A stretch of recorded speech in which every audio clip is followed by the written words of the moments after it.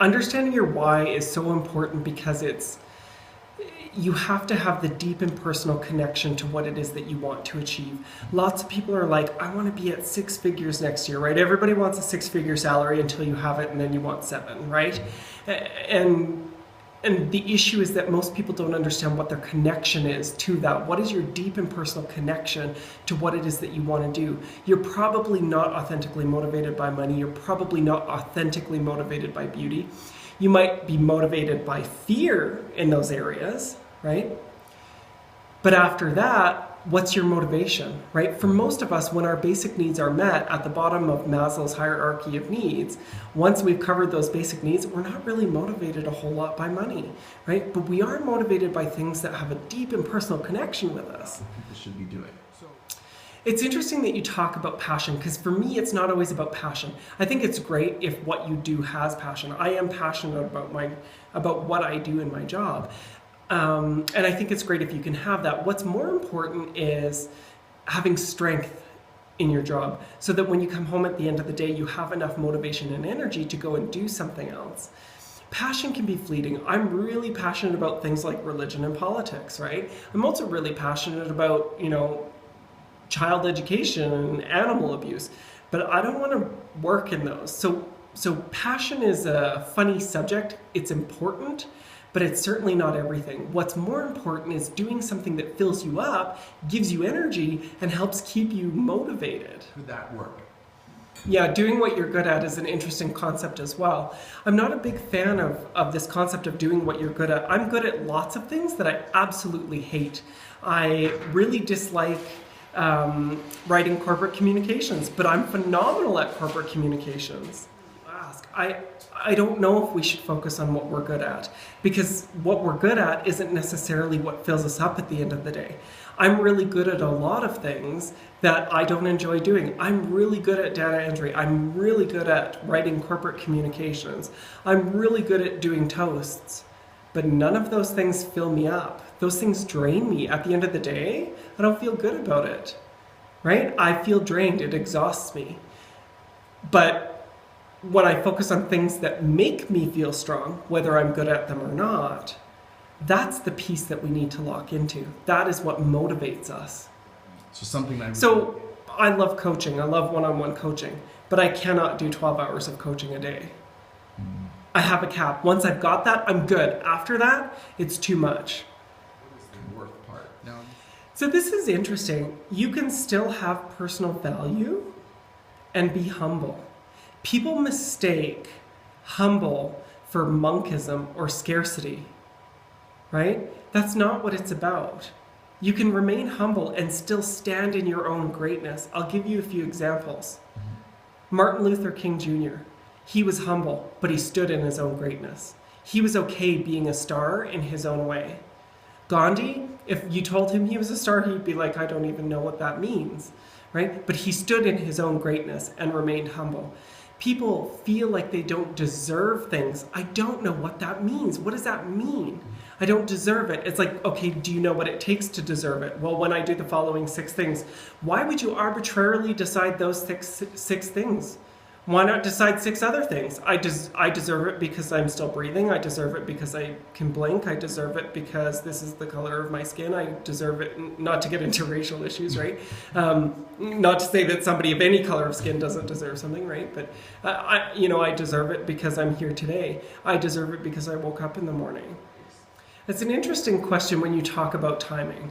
I can't tell you the timing. What I can tell you is that if you do a cross-sectional analysis of your job, where you are in the industry, what you do, what your experience is, what your competition is paying in your locality and outside of your locality, and if you generally align, then it's probably okay to ask for a raise, right?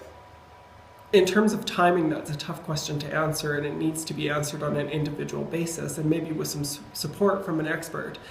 When it comes to the worth of asking for a raise, why is one job worth $100,000 and one worth $20,000? And maybe it's the same job and it's just the economics of where they're located. So I don't know how to attach the worth of a job, but if you don't feel like you're paid enough and you would like to be paid more, then from my perspective, I don't understand what the problem with asking is. Ask the question. I've actually got a great blog on this. It'll be on my website shortly, but it's going out in my newsletter in a week here. So, interesting question. No, you can't wake up motivated every day, but you can do things that encourage your motivation, right? Motivation is fleeting, just as passion is fleeting. The difference with passion and motivation is that motivation is what keeps you going beyond your willpower, right? And so you need to do things that encourage your motivation. That's how you exercise your willpower, is by doing things that fill you up. So your third secret. I've always struggled with that fake it till you make it. There is some science that suggests, particularly with people who are depressed or that kind of thing, that faking it till you make it actually helps realign your synapses and you'll start to take up more serotonin. So there is some truth to that. I've always kind of struggled with that personally, because when you don't feel like it, you don't feel like it. So it's hard to fake, right? So I think what it comes down to is practice. And to be clear, it's all practice. Life is an experiment. There is no destination. We're just moving in a chosen direction. And lots of times we're like, I have had no choice. It isn't a chosen direction. No matter where you are in the world, you have a choice. You have a choice.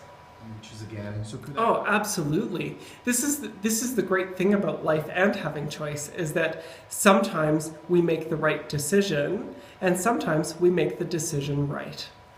So, basically what that means is sometimes we make the right decision and we go on that path. I've made a decision to go to school, and so I'm going to continue on that path. It feels good, it feels right. Maybe I make the decision to go to school and I'm like, oh my God, what am I doing here? This is not the right program. I'm not happy here. And then we have the option to make the decision right. We can switch programs, we can drop out, whatever we want to do. And people look at that part of it as a negative thing. What if that is a positive thing? What if going and learning that about yourself was a lesson that you had to have so that you can get to where you're going? And when you look back on it, we place meaning on those things anyway, right? And so when we place the quote-unquote right meaning on it, we can see why we got to where we're going. That's a great question. So you just... People find me because of career. That's how people find me. But when they come to me, we talk about it all. So I have clients that come to me and we're working with weight. I have clients that come to me, we're working with career. I have clients that come to me, we're working with relationship issues. They find me through career, but as you know, if your job isn't right, it affects the rest of your life. If your life isn't right, it affects your job. So it all ties in together. Our mission at Change My Life Coaching is to provide career coaching that leads to a more fulfilled life. We do that by providing uniquely customized whole life coaching programs. He's not. Yeah, I think part of that for me is that my fees are based off of the program that people need. So I've got a few entry points into my business that are very cost effective. And when they come to me and we have that conversation, then we put them in an appropriate program. Those programs range from $97 all the way up to $10,000. You have a nugget? Biggest thing for 2015 is focus on creating the habit, take imperfect, inspired action. Whatever you think you need to do, just do that right now without thinking about it.